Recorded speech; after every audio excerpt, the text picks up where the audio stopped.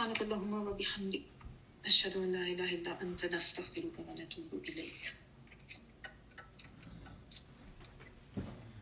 اللهم صل على رسوله الكريم. أما بعد فأعوذ بالله من الشيطان الرجيم. بسم الله الرحمن الرحيم. رب اشرح لي صدري ويسر لي أمري واحلل عقدة من لساني يفقهوا قولي. اللهم وفقنا بالدين. آمين. احسن القصص سورہ یوسف ہم پڑھ رہے ہیں، اور اس میں جو لاسٹ ویک ہم نے آیات دیکھی تھی اس میں جو واقعات ہم نے پڑھے وہ یہ تھے کہ حضرت یوسف علیہ السلام جو ہیں انہوں نے اللہ تعالیٰ سے درخواست کی کہ اللہ یہ جو عورتیں مجھے ورغلا رہی ہیں ان کی نسبت اور ساتھ مجھے دھمکی دی جا رہی ہے کہ میں قید خانے میں ڈال دیا جاؤں گا، تو مجھے قید خانہ زیادہ ہی عزیز ہے بنسبت اس کے کہ میں اس طرح کے گناہ کا شکار ہوں۔ تو پھر ان کے بارے میں یہ فیصلہ کیا گیا، جو بھی سارے حکمران وغیرہ تھے ان کو بلا قصور ہی اور بلا جرم، بغیر کوئی جرم ثابت کیے، صرف اپنی عزت کو چھپانے کے لیے ان کو جو ہے وہ قید خانے میں ڈال دیا گیا۔ اور پھر ہم نے یہ بھی دیکھا کہ وہاں پہ بھی حضرت یوسف علیہ السلام لوگوں کو تبلیغ بھی کر رہے ہیں، اللہ کے دین پہنچا رہے ہیں، تو وہاں پہ غلام آتے ہیں، اور ایک جو ہے وہ بادشاہ کو شراب پلانے والا، دوسرا نان بائی روٹی بنانے والا تھا۔ دونوں پہ یہ الزام ہوتا ہے کہ انہوں نے بادشاہ کو زہر دینے کی کوشش کی تھی۔ وہ اپنا اخواب حضرت یوسف علیہ السلام کو سناتے ہیں۔ ایک نے کہا کہ میں نے دیکھا کہ میں شراب نچوڑ رہا ہوں، اپنے بادشاہ کو پلا رہا ہوں، دوسرے نے کہا کہ میرے سر پہ روٹیاں جو پرندے آ کے لے کے جا رہے ہیں۔ تو تعبیر پوچھتے ہیں اور کہتے ہیں کہ ہم آپ کو نیک سیرت اور محسنین میں سے سمجھتے ہیں۔ تو حضرت یوسف علیہ السلام اس موقع سے فائدہ اٹھا کے تعبیر ان کو بعد میں بتاتے ہیں، لیکن پہلے وہ اللہ کی بات ان تک پہنچاتے ہیں، اللہ کی وحدانیت، توحید کا پیغام، تاکہ ان کے کانسیپٹ ٹھیک ہو، اور جو بھی ظاہر ہے کیونکہ اللہ کی طرف سے نبوت ان کو عطا ہو چکی تھی، تو وہ اس موقع کو ضائع نہیں کرتے اور ان لوگوں کو اللہ کے دین کی طرف دعوت دیتے ہیں، شرک سے بچنے کی تلقین کرتے ہیں، اور پھر ان کو ان کے خوابوں کی تعبیر بھی بتا دیتے ہیں کہ ایک تو بچ جائے گا اور دوسرا جو ہے وہ سولی چڑھا دیا جائے گا۔ اچھا، تو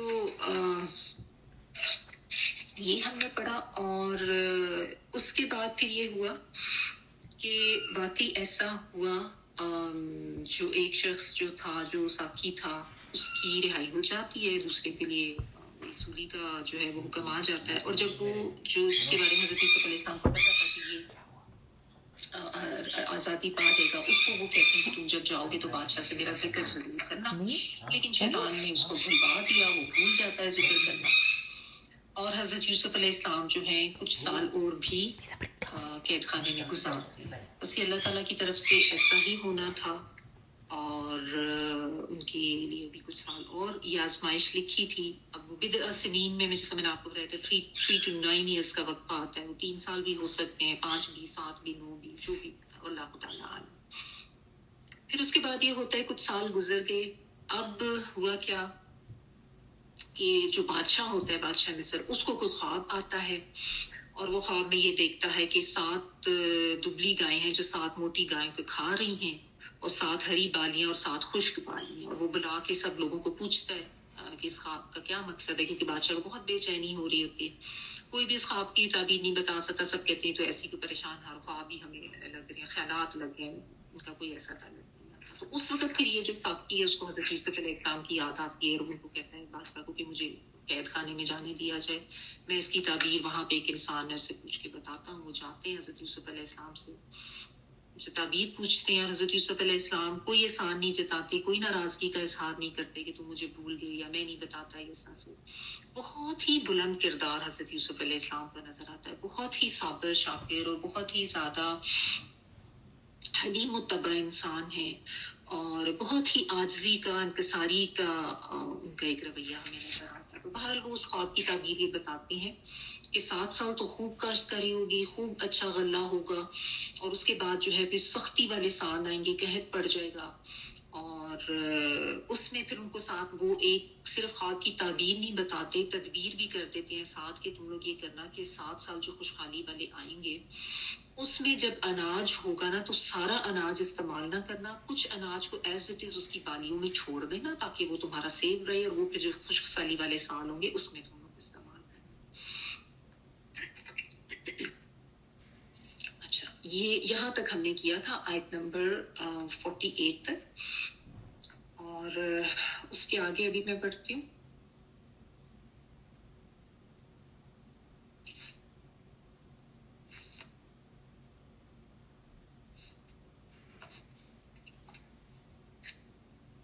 آیت نمبر 49. ثم يأتي من بعد ذلك عام فيه يغاث الناس وفيه يعصرون.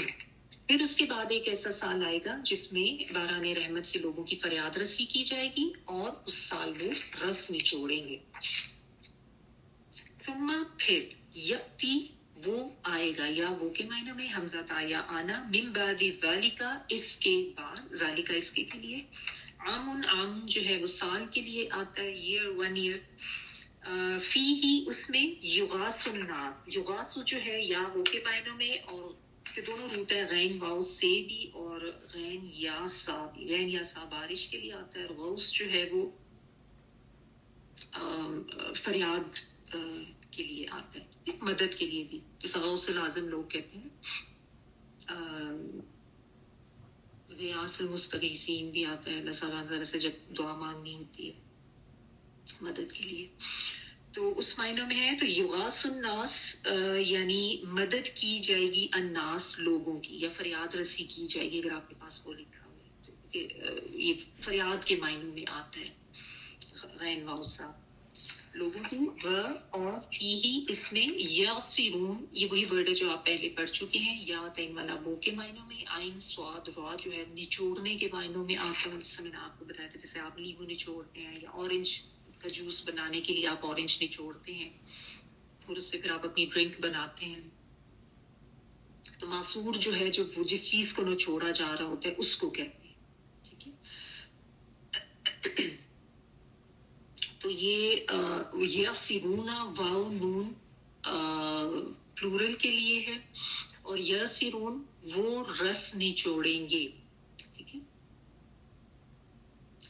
اچھا، اب یہاں پہ جو ہے نا اس آیت میں اگر آپ دیکھیں، یہاں پہ وہ خواب کی تعبیر کے حوالے سے بات نہیں ہو رہی، وہ انہوں نے پہلے بتا دی ہے، اور اس کے لیے تدبیر کیا کرنی ہے وہ بھی انہوں نے پہلے بتا دی ہے. اب یہ جو آیت کا حصہ ہے نا، یہ ان کے کوئی اس بادشاہ کے خواب کا حصہ نہیں ہے، نہ اس کی کوئی تعبیر کا حصہ ہے.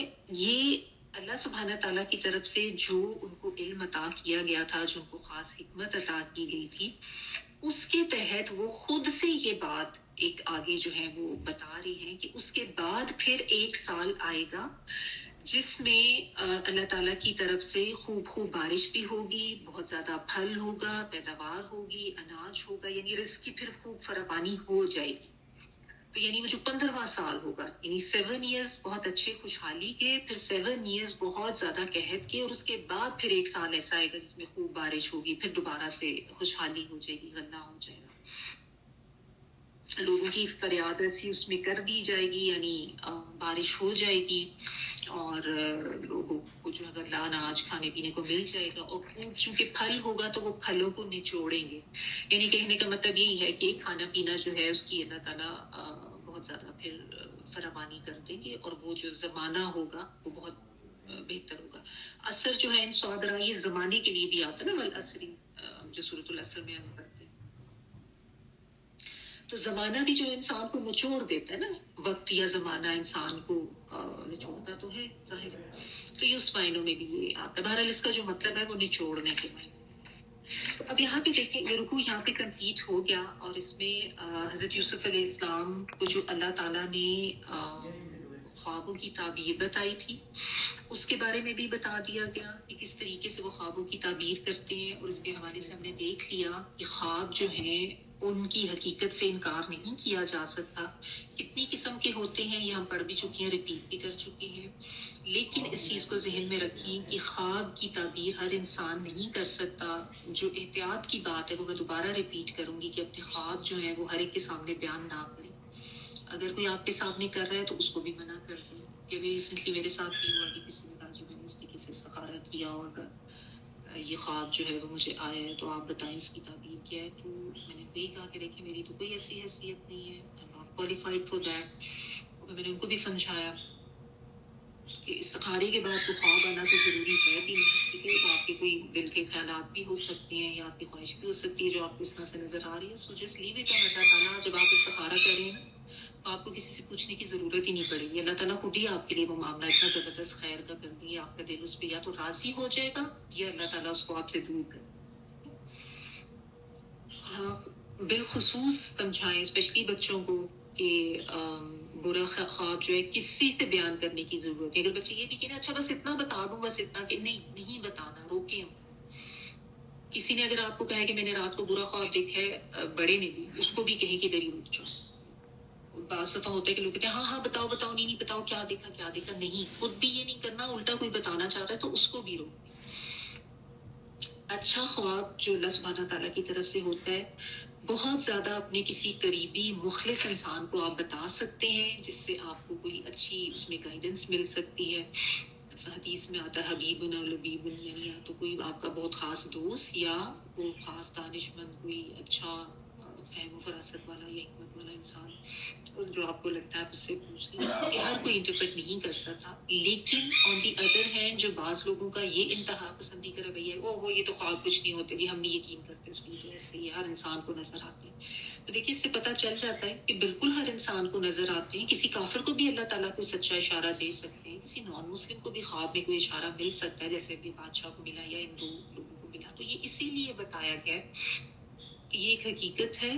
لیکن اس کا جتنا جو بتایا گیا ہے اس میں جو احتیاطی تدابیر ہیں ان کو ملحوظ خاطر ضرور رکھیں. ان کو مد نظر ضرور رکھیں اور احتیاط کے ساتھ جو ہے نا یہ خواب کا معاملہ اس کو کرنا چاہیے. برا خواب جیسا نبی صلی اللہ علیہ وسلم نے بتایا کہ جب تک بیان نہ کیے جائے خواب وہ پرندے کے پیر پر ہوتا ہے.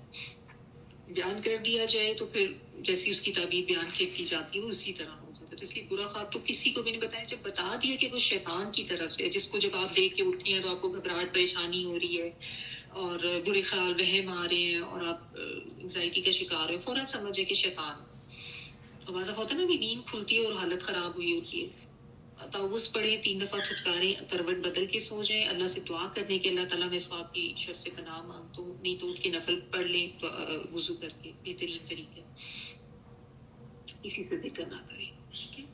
اور بتائیں یہ بات دوسروں کو بھی کیونکہ میں نے نوٹ کیا ہے کہ اکثر لوگوں کو نا یہ چیز نہیں پتہ ہے. ظاہر ہے نہیں علم ہوتا تو ضرور سمجھائیں. اس چیز کا ذکر کریں بچوں کے ساتھ ریلیٹیوز کے ساتھ. یہ اہم چیز ہے خواب کے حوالے سے. تو اس طرح نہ ذکر کریں ہر ایک کے سامنے اور نہ خام خواہ میں پوچھیں کسی سے بتاؤ کیا دیکھا تھا. نہ ہر ایک کے پاس جا کے اپنے خواب بیان کر کے ان سے تعبیریں پوچھیں. ٹھیک ہے. اور بالخصوص استخارے کے حوالے سے یہ ضرور ایکسپلین کرنے کیونکہ ہمارے یہاں استخارے کے حوالے سے اتنی غلط چیزیں مشہور ہو چکی ہیں. فلاں سے کہو استخارہ کر دے یا میں نے خواب میں یہ دیکھا ابھی تو مجھے خواب میں کچھ نہیں نظر آ رہا. وہ ایک خواب سے ہی ہم نے اس کو لنک کر دیا ہوا استخارے کو. آ سکتا ہے خواب کسی کو لیکن یہ وہ 100% ایشورٹی نہیں ہے. بیسیکلی یہی ہوتا ہے کہ اللہ تعالیٰ حالات اس طرح سے کر دیتے. تو یہ استخارے کے بارے میں بھی نا لوگوں کو گائیڈ ضرور کریں خواب کے حوالے سے. چلیں اب نیکسٹ رکوع سٹارٹ ہو رہے ہیں. آیت نمبر 50. وقال الملك ائتوني به فلما جاءه الرسول قال ارجع إلى ربك فاسأله ما بال النسوة اللاتي قطعن أيديهن إن ربي بكيدهن عليم. بادشاہ نے کہا کہ اس شخص کو میرے پاس لاؤ. مگر جب پیغام لے جانے والا یوسف علیہ السلام کے پاس پہنچا تو انہوں نے کہا اپنے مالک کے پاس واپس جاؤ اور اس سے پوچھو کہ ان عورتوں کا معاملہ کیا ہوا جنہوں نے اپنے ہاتھ کاٹ ڈالے تھے. میرا رب تو ان کی چالوں کو خوب جاننے والا ہے. وقالا اور کہا الملک بادشاہ نے. ٹھیک ہے. ملک بادشاہ لام پہ زبر ہو تو فرشتہ ملک زیر ہو تو بادشاہ. یہ روٹ پڑے اتونی لے آؤ میرے پاس بھی ہی اس کو. بھی سے مراد حضرت یوسف علیہ السلام ہے اور نون چھوٹی ہے نی جو ہے وہ میری کے لیے آ رہا ہے. حمزہ تایا اس کا روٹ پڑا جو لانے کے لیے. تو اور جب آپ اس کو علیحدہ سے پڑھیں گے تو اتونی کر کے پڑھیں گے. اتونی لے آؤ میرے پاس بھی ہی اس کو یعنی یوسف علیہ السلام کو بادشاہ کہہ رہا ہے کہ اس کو میرے پاس لے کر آؤ.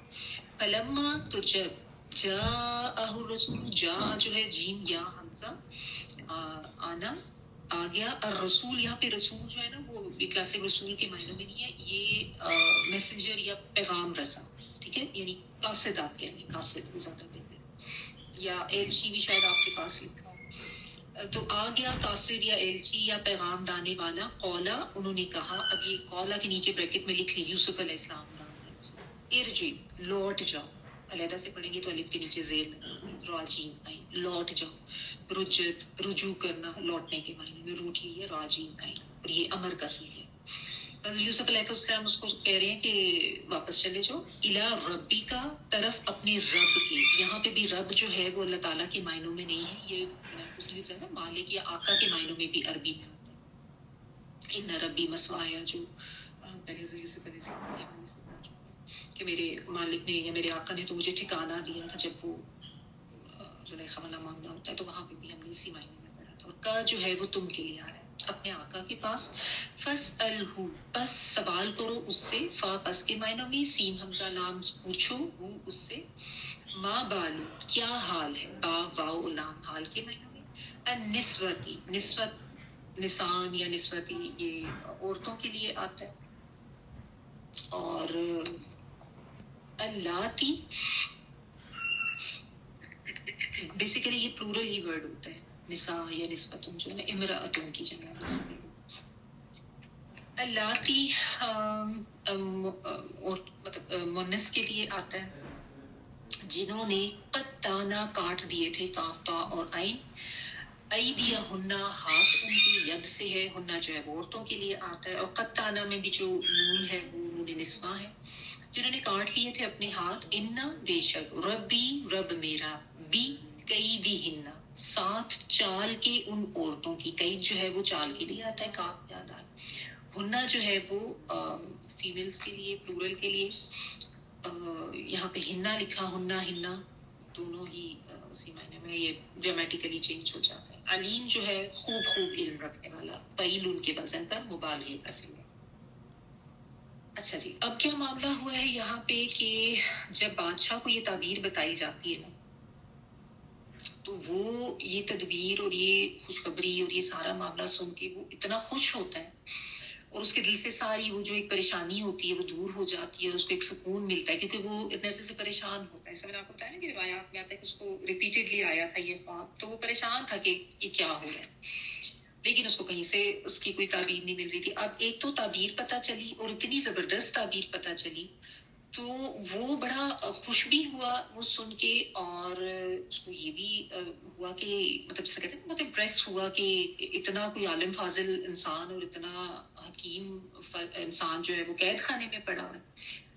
تو وہ پھر یہ کہتا ہے, یہ حکم جاری کرتا ہے کہ اس شخص کو میرے پاس لے کر آؤ, کہ مطلب اتنا خاص بندہ ہے تو یہ قید خانے میں کیا کر رہا ہے, پوری قوم میں سے کوئی نہیں جو بات مجھے بتا سکا, وہ اتنا قابل انسان ہے, تو اس کو میں اپنے پاس بلا لیتا ہوں. اب بادشاہ جو ہے ظاہرہ اپنا قاصد بھیجتا ہے قید خانے میں حضرت یوسف علیہ السلام کے پاس. وہ قاصد وہ ایلچی جاتا ہے اور جا کے ان کو بادشاہ کا پیغام دیتا ہے, اور کہ بھی آپ کی رہائی کا پروانہ آ گیا ہے, خوشخبری آپ کے لیے. تو آپ کو تو بڑے ان کے اعزاز و اکرام کے ساتھ جو ہے وہ بادشاہ بلا رہے ہیں.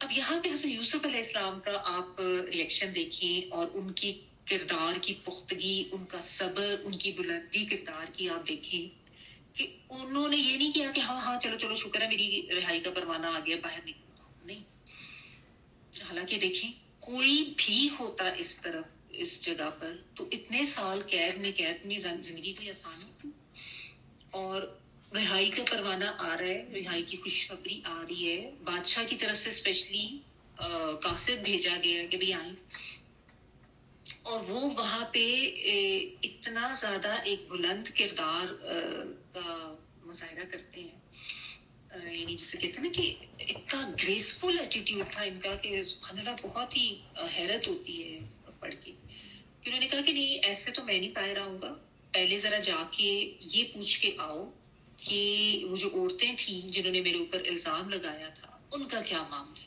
ٹھیک ہے, اور اس کے یہ جو ان کا جو ایک طریقہ کار تھا نا, اس کی تعریف نبی صلی اللہ علیہ وسلم نے بھی کی, آپ صلی اللہ علیہ وسلم کی ایک حدیث میں آتا ہے کہ آپ صلی اللہ علیہ وسلم نے تعریف کرتے ہوئے حضرت یوسف علیہ السلام کی یہ کہا تھا کہ اتنا یعنی کہ میں بھی اگر اتنے سال قید میں ہوتا تو فوراً اس قاصد کی دعوت کو قبول کر لیتا. ٹھیک ہے. اور یعنی کوئی چھوٹی بات نہیں ہے اس طریقے سے اپنے اوپر صبر کرنا, لیکن وہ یہ چاہ رہے تھے کہ میرے کردار کی سچائی جو ہے وہ سب کے اوپر واضح ہو. اب اس میں آپ دیکھیں کہ یعنی ان کے لیے ان کی نیک نامی اور ان کا پاکیزہ کردار کتنا زیادہ اہم رکھتا تھا کہ پہلے انہوں نے قید خانے میں جانا قبول کر لیا کہ میرے کردار نہ خراب ہو, میں کسی غلط کام میں نہ پڑ جاؤں, اور اب اتنے سال قید میں گزارنے کے بعد جب ان کو رہائی کی خوشخبری دی جا رہی ہے تو اس میں بھی ان کے لیے زیادہ اہمیت جو ہے وہ اپنے کردار کی ہے کہ میرے اوپر جو الزام لگا ہوا ہے میں نے اس کے ساتھ باہر نہیں آنا. اور یہ دیکھیں نا, اللہ سبحانہ تعالیٰ کی طرف سے بھی ظاہر ہے ان کو ایک تو نبی تو وہ بنا دیے گئے تھے, اور آگے ان کو اپنے نبوت کے کاموں کے ساتھ ساتھ جو ایک فرما روائی جو تھی قوم کی اس کا بھی کام کرنا تھا. تو اللہ سبحانہ تعالیٰ کی طرف سے یہ ضروری تھا کہ ایسے خاص جگہ پر جاتے ہوئے ان کے اوپر جو الزامات ہیں وہ دھو دیے جائیں.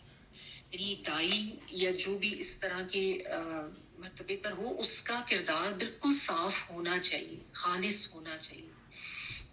دیکھیں نا, ایک طریقہ تو یہ بھی ہو سکتا تھا وہ سیدھا سیدھا قاصد کے ساتھ آ جاتے خوشی خوشی کے چلو جی.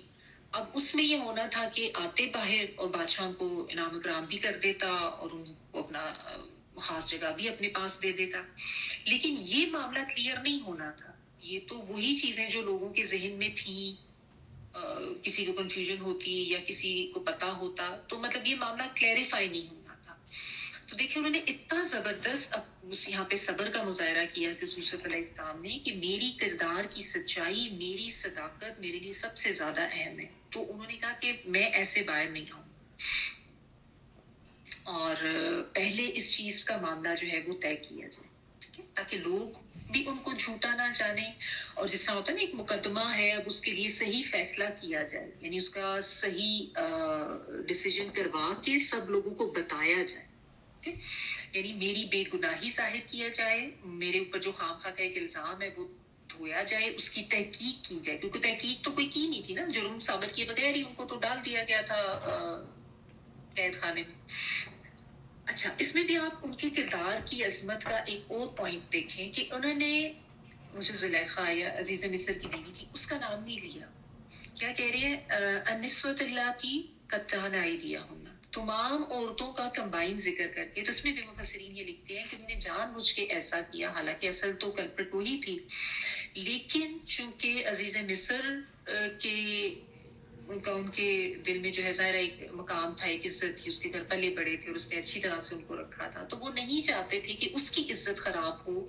تو اتنے نازک موقع پر بھی انہوں نے, حالانکہ کس طرح کا رویہ اس نے ان کے ساتھ رکھا, زلیخا کا نام یا جو بھی عزیز مصر کی بیوی تھی انہوں نے اس کو مینشن ہی نہیں کیا.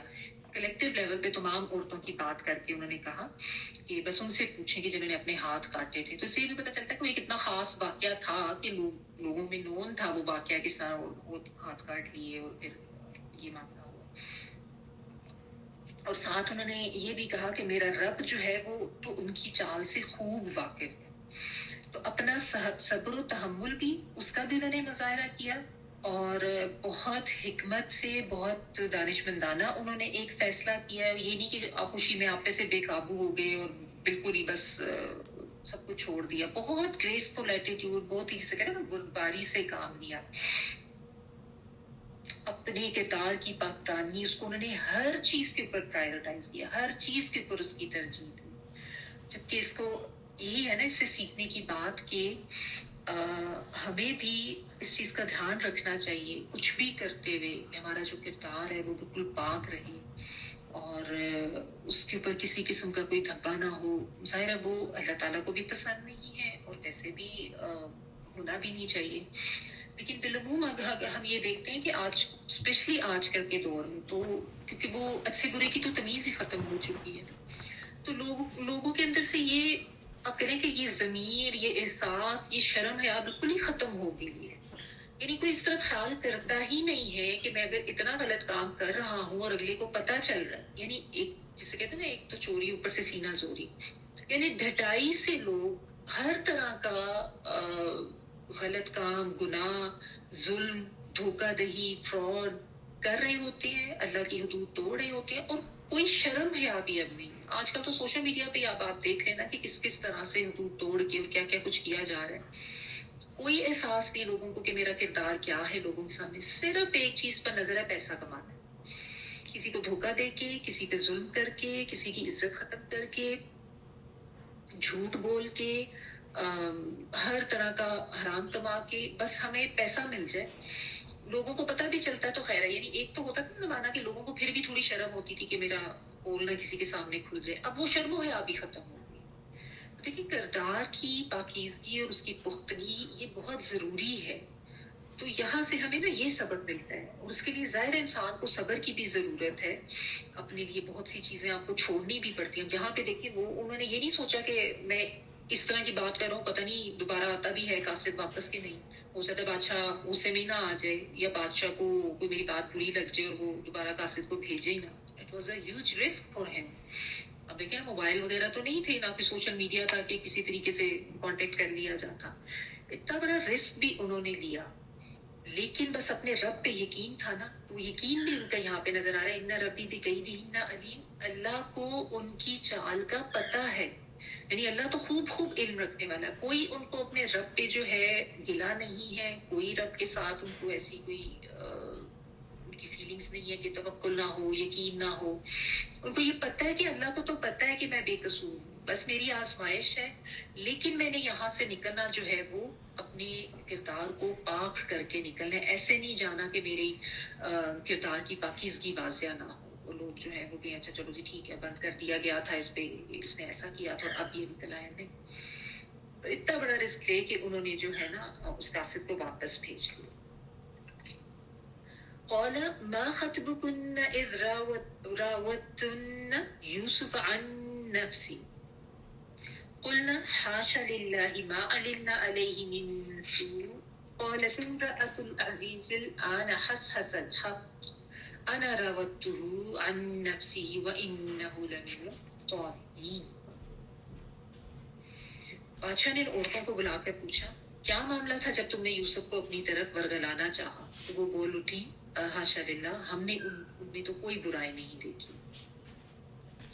اس وقت عزیز مصر کی بیوی بول اٹھی، اب تو حق ظاہر ہو ہی چکا ہے. ہاں، میں نے ہی اس کو بہکایا تھا اور وہ تو سچا ہے. قال، اس کے نیچے لکھنے بریکٹ میں کہ بادشاہ نے کہا، ماں کیا خطب کنہ. خطب جو ہے خواہ توئیں اور با اس کا روٹ ورڈ ہے. خطاب ہوتا ہے نا کہ فلاں نے خطاب کیا، تو خطاب کوئی اہم بات ہوتی ہے نا، خاص جو کوئی معاملات ڈسکس کر رہے ہوتے ہیں، تو اس لیے یہ کوئی اہم بات، کوئی معاملہ. کنہ جو ہے وہ عورتوں کے لیے، جو مخاطب پلورل عورتوں کے لیے، کیا معاملہ ہے تم عورتوں کا. سنا ہوتا ہے نا، کم جو ہے وہ پلورل میلز کے لیے، اور کنہ جو ہے وہ پلورل فیمیلز کے لیے. اس جب راوتن، اس میں جو روٹ ورڈ ہے وہ را، واو اور دال ہے. میں نے یہ ورڈ آپ کو پہلے ایکسپلین کر دیا تھا. بہلانا، پھسلانا، کچھ مطلب ویسے تو یہ کوئی خواہش کرنا اس معنوں میں ہے نا. تو راوتن جو ہے یہ بھی اس میں نون تشدید اور تنہ یہ عورتوں کی وجہ سے آ رہا ہے. اور جب آپ نے اس ورڈ کو پڑھنا ہے تو دال کو تا میں مرج کر کے تا کے ساتھ پڑھنا ہے. ٹھیک ہے، راوتن یوسف، یوسف کو، عن نفسی، اس کے نفس سے. قلنا، کہنے لگی. قلنا بھی جو ہے یہ عورتوں کے لیے نون نسوہ ہے. اس میں حاشا للہ، ہا واو شین، اور سبحان اللہ، یا جس طرح اللہ پاک ہے، اسی معنوں میں یہ آتا ہے. اللہ کی پاکی بیان کرنے کے لیے، جس طرح بس ایک ہوتا ہے نا، جیسا ایک کوئی فگر آف اسپیچ کوئی لینگویج میں ہوتا ہے، تو یہ وہ ہے.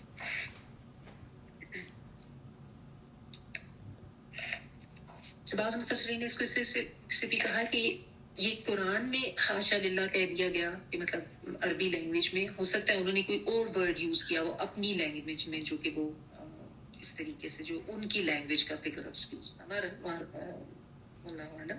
ما علمنا، علم ما جو ہے یہاں پہ نہیں کے معنوں میں ہے. ویسے تو جو ہوتا ہے لیکن یہاں پہ نہیں کے معنوں میں. نہیں، علم نہ، جانا ہم نے، نون لکھنا ہم کے لیے، علیہ اس پر، من سو جو ہے وہ کوئی بھی برائی کے لیے، یا ویسے تو تکلیف یا برائی کے لیے، تو یہاں پہ مطلب یہ کہ ہم نے اس کے کردار میں کوئی برائی نہیں دیکھی. سین نو حمزہ. قالت کہنے لگی، تا جو ہے وہ سنگل مونس کے لیے. کون کہنے لگی؟ امرأۃ میم را حمزہ. میں نے آپ کو بتایا نا سنگل کے لیے امرأۃ آتا ہے اور پلورل کے لیے نساء کا ورڈ آتا ہے. کہنے لگی عورت یا بیوی العزیز، عزیز وہ یعنی عزیز مصر کی. الآنا جو ہے یہ اب جس طرح ہم کہتے ہیں نا ناؤ، یہ ہو گیا. حس الحق، یہ حساسا ورڈ جو ہے اس کا یہی روٹ ورڈ ہے ربائی والا، یعنی ربائی کہتے ہیں 4 حرفی، ویسے تو 6 حرفی روٹ ورڈ ہوتے ہیں نا، اس کا یہی روٹ ورڈ ہے. اور یہ کسی چیز کا بہت زیادہ کلیئر ہو جانا، کرسٹل کلیئر، یعنی جیسے کوئی چیز پہلے چھپی بھی تھی یا جیسے دبی بھی تھی اور اب وہ چیز جو ہے بالکل کھل کے سامنے آ گئی. ویسے اونٹ جب ایسے جم کے بیٹھ جاتا ہے نا، یعنی ایک مطلب مضبوطی سے، تو اس کے لیے یہ حساسا کا ورڈ بھی یوز ہوتا ہے. اور الحق سچ، الان حسس الحق اب واضح ہو گیا حق.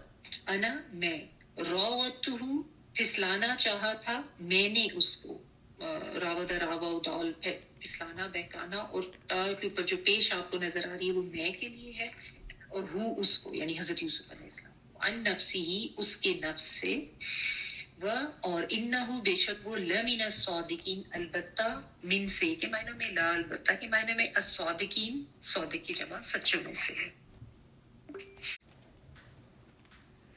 اب ہوا یہ کہ جب حضرت یوسف علیہ السلام کا پیغام پہنچا بادشاہ تک کہ میں ایسے تو باہر نہیں آ رہا، پہلے یہ معاملہ کلیئر کیا جائے، تو پھر بادشاہ نے جو ہے ان عورتوں کو بلایا، ٹھیک ہے، جس میں سب آ گئی ہیں. وہیں پہ عزیز مصر کی بیوی بھی کھڑی ہے، جو کہ ویسے تو ظاہر ان کے ساتھ ہی کھڑی ہے، وہ علیحدہ سے تو نہیں اس کو کوئی پوائنٹ آؤٹ کیا جا رہا، لیکن اس نے ان سے پوچھا ہے کہ اب تم بتاؤ کہ جب تم نے پھسلانا چاہا تھا یوسف کو، تو یعنی اب تم اس معاملے کے بارے میں کلیریفائی کرو. تو اس سے یہ بھی پتہ چلتا ہے کہ بادشاہ کو بھی کوئی آئیڈیا تو تھا کہ اس طرح کا معاملہ ہوا تھا کسی انسان کے ساتھ، اور یہ جو کہہ رہے ہیں نا از راوت تم لوگوں نے بہکایا تھا یوسف علیہ السلام کو اس کے نفس سے.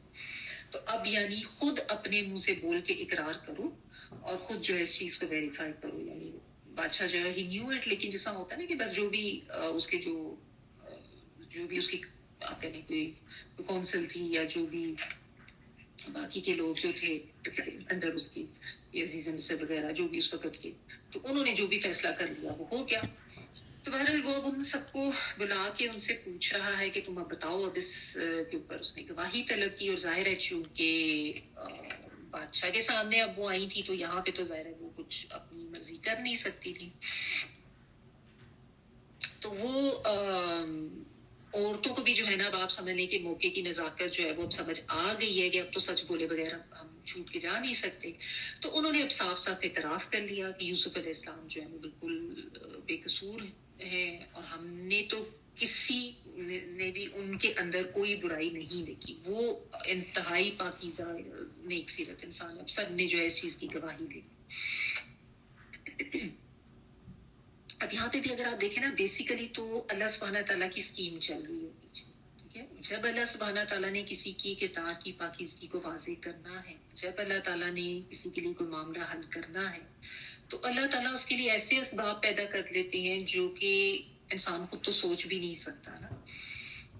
تو زندگی کی ہر آزمائش میں یہ یاد رکھیں کہ اللہ سبحانہ تعالیٰ کے لیے کچھ بھی کرنا جو ہے وہ ناممکن نہیں ہے، کچھ بھی مشکل نہیں ہے. ہمیں مشکل لگ رہا ہوتا ہے، ہمیں بہت چیزیں جو ہے وہ بڑی لگ رہی ہوتی ہیں، لیکن اللہ تعالیٰ کس طرح سے اسباب پیدا کریں کہ پورے کے پورے حالات بدل جائیں، جو کہ ابھی بظاہر تو ایسا کچھ نہیں تھا لگ رہا کہ وہ عورتیں آ کے اپنے منہ سے خود اقرار کریں گی، وہ بھی بادشاہ کے سامنے. اب بادشاہ کو اللہ نے خواب دکھایا، سب کو قاصر کیا اس کی کوئی تعبیر بتانے سے. حضرت یوسف علیہ السلام کے بارے میں اس شخص کو یاد آتا ہے، وہ جاتا ہے، تو یہ ساری آپ دیکھیں کیسے کڑیاں ایک دوسرے سے مل ہوئی.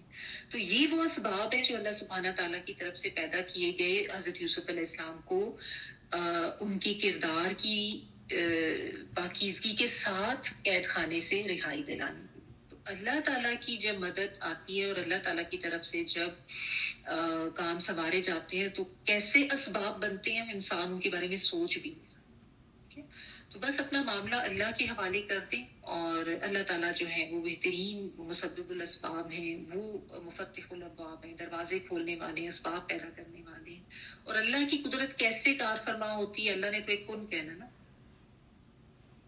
تو اللہ تعالیٰ کو کوئی نہ روک سکتا ہے، نہ اس کے فیصلوں کو، نہ اس کی قدرت کو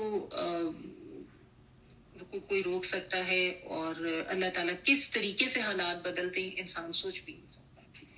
تو یہ اللہ تعالیٰ کی طرف سے خاص ایک پلان نہیں ہے. اور صرف یہ نہیں کہ رہائی ملی، اتنے بہترین خوبصورت طریقے سے کہ ان کو باقاعدہ وہ جو عورتیں جنہوں نے اتنی چال چلی تھی وہ خود اپنے منہ سے ان کا اقرار کر رہی ہیں. ٹھیک ہے. اب وہاں پہ جو ہے، اب وہ جو عزیز مصر کی بیوی ہے، جب باقیوں نے اعتراف کیا تو وہ بھی پھر بول اٹھی، اس نے بھی خود اس چیز کو مان لیا کہ اب تو سب کچھ واضح ہو گیا ہے. اب اس کے پاس چارہ بھی نہیں تھا نا، جب باقی عورتیں مان چکی تھیں، ظاہر باقی عورتیں بھی کہہ سکتی تھیں کہ بھئی اس نے کیا تھا اور اسی نے ہمیں بلایا، تو وہ خود ہی مان گئی. اس نے کہا میں نے پھسلانا چاہا تھا اس کو اس کے نفس سے، وہ تو واقعی سچوں میں سے ہے. تو اللہ تعالیٰ نے جب برات ظاہر کرنی ہو، جب کسی کے اوپر سے الزام ہٹانا ہو، تو پھر لوگ خود ہی بول پڑتے ہیں اور خود ہی اقرار کر لیتے ہیں اپنی غلطی کا. ٹھیک ہے. تو یہاں پہ ایسا ہوا،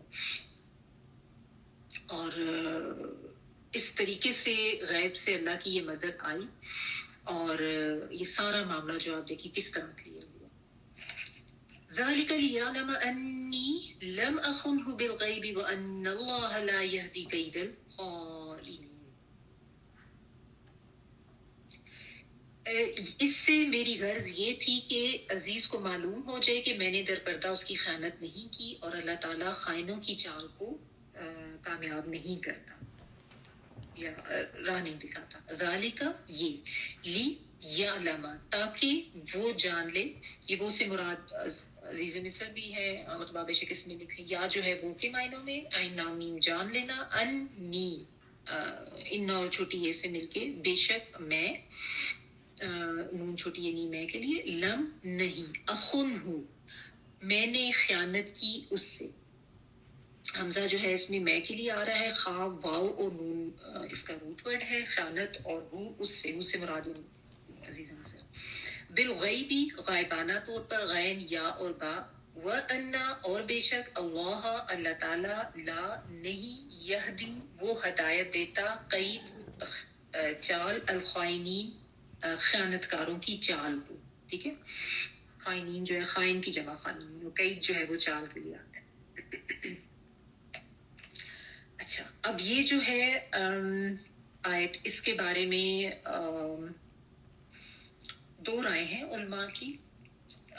زیادہ تر تو یہی ہے جو میں آپ کو اس کا سمپل یعنی تفسیر کر کے بتا دیتی ہوں کہ حضرت یوسف علیہ السلام کو جب مطلب یہ بتایا گیا کہ یہ عورتیں جو ہیں انہوں نے اپنا اقرار کر لیا ہے، اپنا جرم قبول کر لی ہے اور آپ کی برات ظاہر کر دی، آپ کی سچائی سب کے اوپر واضح ہو گئی ہے، تو اس وقت پھر انہوں نے یہ کہا کہ میں نے یہ ڈیمانڈ کی ہی اس لیے تھی کہ میری پوزیشن سب کی نظروں میں بالکل کلیئر ہو جائے، سب لوگوں کو یہ پتہ چل جائے کہ میں خائن نہیں تھا، میں نے کوئی دھوکہ نہیں دیا اپنے محسن کو جو عزیز مصر جس کے گھر میری پرورش ہوئی تھی، میں نے اس کی غیر موجودگی میں اس کی عورت کے ساتھ کوئی ایسا اقدام نہیں کیا تھا.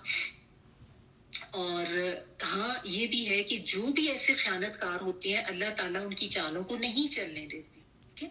اور یہ کہ میرا کردار بالکل پاک تھا اور یہی میرے اوپر دباؤ ڈالنے کی کوشش کر رہی تھی، اور پھر میرے ساتھ یہ بھی زیادتی کی گئی کہ ایک جھوٹا الزام لگا کے مجھے جو ہے وہ قید خانے میں ڈال دیا گیا. تو وہی بات کہ حضرت یوسف علیہ السلام کا صبر، تحمل، ان کی حکمت، ان کی دانش مندی سب اس کے اندر نظر آ رہی ہے، اور اپنی ان کی ساتھ ساتھ ایک عاجزی اور انکساری بھی نظر آ رہی ہے. لیکن اس عاجزی اور انکساری کے ساتھ ساتھ حق پہ وہ ڈٹے ہوئے ہیں، جمے ہوئے ہیں کہ میرا کوئی قصور اس میں نہیں تھا، اور میں یہ چاہتا تھا کہ یہ بات جو ہے عزیز مصر پہ واضح ہو جائے کہ میں نے اس کے ساتھ کوئی خیانت نہیں کی. ٹھیک ہے نا. تو یہ ایک تو اس کی تفسیر اس طریقے سے کی گئی ہے. بعض نے اس کو اس طریقے سے کہا ہے کہ یہ بھی عزیز مصر کی بیوی کا ہی قول ہے کہ پہلی بات اس کی چل رہی تھی کہ اب حق واضح ہو گیا ہے اور میں نے اس کو پھسلانا چاہا تھا اور وہ تو سچا تھا، یعنی وہ تو نیک سیرت سچ گو انسان تھا، راست باز انسان تھا، غلطی میری تھی۔ اور اس کے بعد اسی نے یہ کہا کہ یوسف تو یہ پتہ چل جائے کہ میں وہ ادھر ہے بھی نہیں، لیکن پھر بھی میں نے جو ہے وہ غائبانہ طور پر اس کی یہ برات ظاہر کر دی ہے، اور اللہ جو ہے وہ خیانت کاروں کی چال کی رہنمائی نہیں کرتا، یعنی میں خائن تھی، میں نے خیانت کی اور میری جو ہے وہ اب یہ چیز ظاہر ہے میں سب کے سامنے اس چیز کا اعتراف کروں۔ لیکن اس کے بارے میں جو دوسرے علماء جن کا یہ کہنا ہے کہ حضرت یوسف علیہ السلام کا ہی یہ قول ہے، اور زیادہ تر یہی ہے، میرا اپنا رجحان بھی یہی ہے کہ حضرت یوسف علیہ السلام کا ہی قول ہے، کیونکہ دیکھیں قرآن مجید میں جب بات ہو رہی ہوتی ہے تو یہ نہیں کہا جاتا ادھر اس عورت نے یہ کہا، پھر جب وہ حضرت یوسف کے پاس قاصد گیا اس نے بتایا تو آگے سے حضرت یوسف علیہ السلام نے یہ کہا۔ قرآن مجید میں بس جو خاص چیزیں ہوتی ہیں نا ان کا ذکر کر دیا جاتا ہے، یہی تو خوبصورتی ہے نا کہ اتنی جامعیت سے اتنی، اس لیے تو پھر یہ احسن القصص ہے نا، یہ ساری چیزیں بھی بیان ہو گئی ہیں اور کوئی فالتو کوئی ادھر ادھر کی باتیں نہیں ہیں۔ تو یہ حضرت یوسف علیہ السلام کا قول ہونا زیادہ بہتر اس کی تفصیل لگتی ہے، کیونکہ ایک تو یہ کہ وہ جو مطلب عزیز مصر کی بیوی اس کا جو کردار سامنے آ رہا ہے، اور پھر یہ کہ وہ اللہ کو ماننے والی اتنی نہیں تھی، یہ تو اس میں جب بادشاہ کے سامنے پریشر میں آئی تو اس نے پھر جو ہے اس چیز کا اقرار کر لیا۔ بعض لوگوں نے اس کے لیے جو اس کے حق میں بعض مفسرین کے یہ عزیز مصر کی بیوی کا ہی قول ہے، وہ کہتے ہیں کہ اللہ کسی کو بھی ہدایت دے سکتا ہے، تو ہو سکتا ہے اس کو کوئی ہدایت مل گئی ہو اور اس کو اس چیز کا احساس ہو گیا ہو اور اس وجہ سے اس نے یہ بات کی۔ بہرحال میں آپ کو صرف اس لیے بتا رہی ہوں کہ دونوں طرح کی تفاسیر جو ہیں وہ مفسرین نے لی ہیں، لیکن زیادہ تر یہ ہے کہ یہ یوسف علیہ السلام کا ہی قول ہے، ان کے کردار کے ساتھ ہی، اور ان کا جو ایک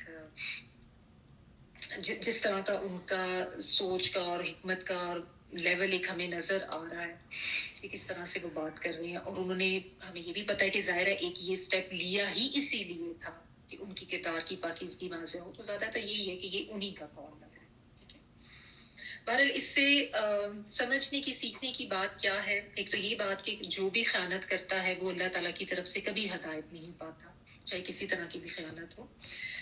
تو دیکھیں جو مختلف اسباب، الحمدللہ اللہ سبحانہ تعالیٰ نے اسٹارٹ کیا کہ اللہ آپ سے پارا جو ہے ہمارا یہاں پہ مکمل ہو گیا ہے، کل ہم انشاءاللہ اللہ کے حکم سے دوسرا اسٹارٹ کر دیں گے۔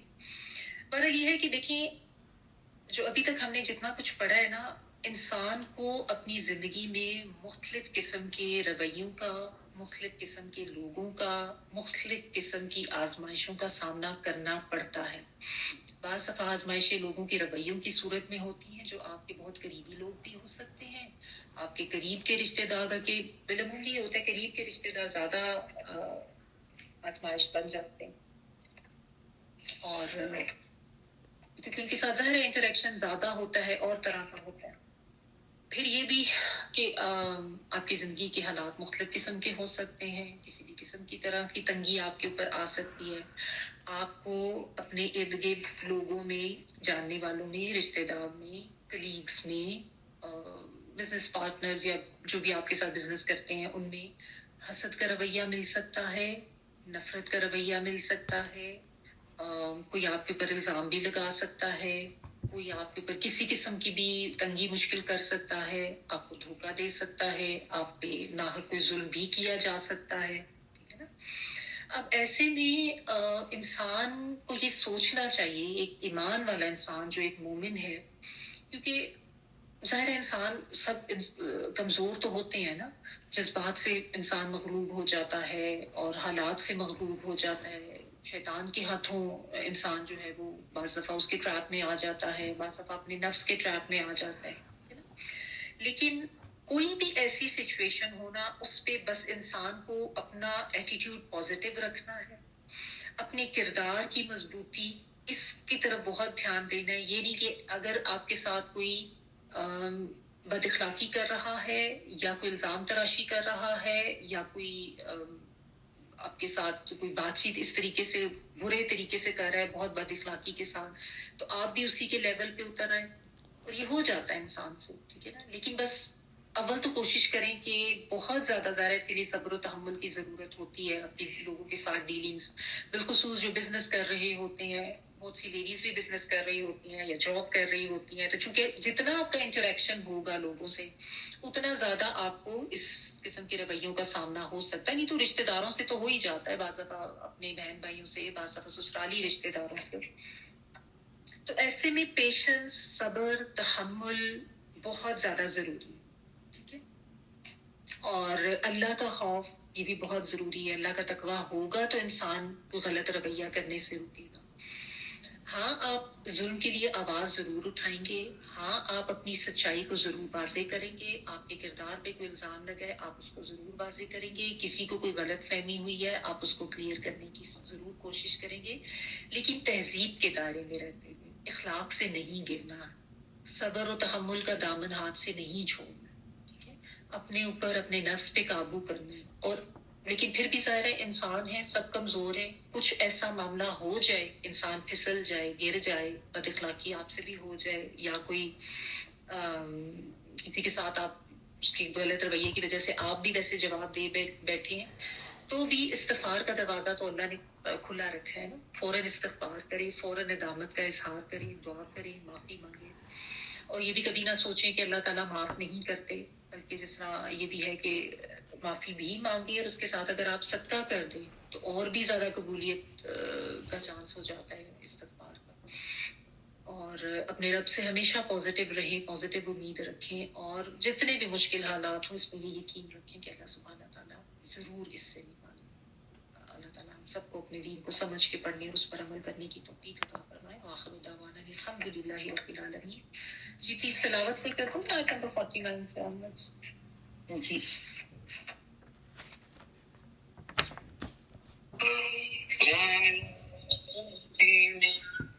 بعد ذلك عام فيه يغاث الناس وفيه يعصرون. وقال الملك ائتوني به فلما جاءه الرسول قال ارجع إلى ربك فاسأله ما بال النسوة اللاتي قطعن أيديهن إن ربي بكيدهن عليم.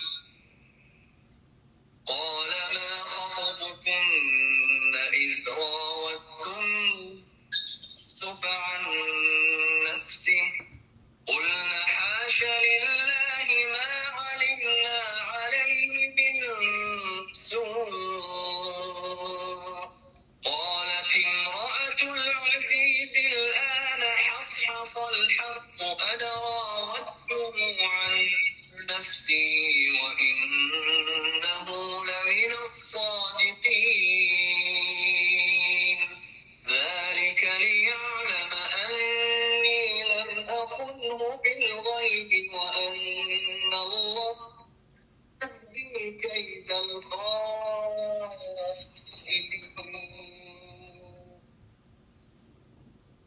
سبحانك اللهم وبحمدك نشهد أن لا إله إلا أنت نستغفرك ونتوب إليك. سبحان ربك رب العزة عما يصفون وسلام على المرسلين والحمد لله رب العالمين. بارك الله لي ولكم في القرآن العظيم ونفعني وإياكم بالآيات والذكر الحكيم. دعا کر لیجیے.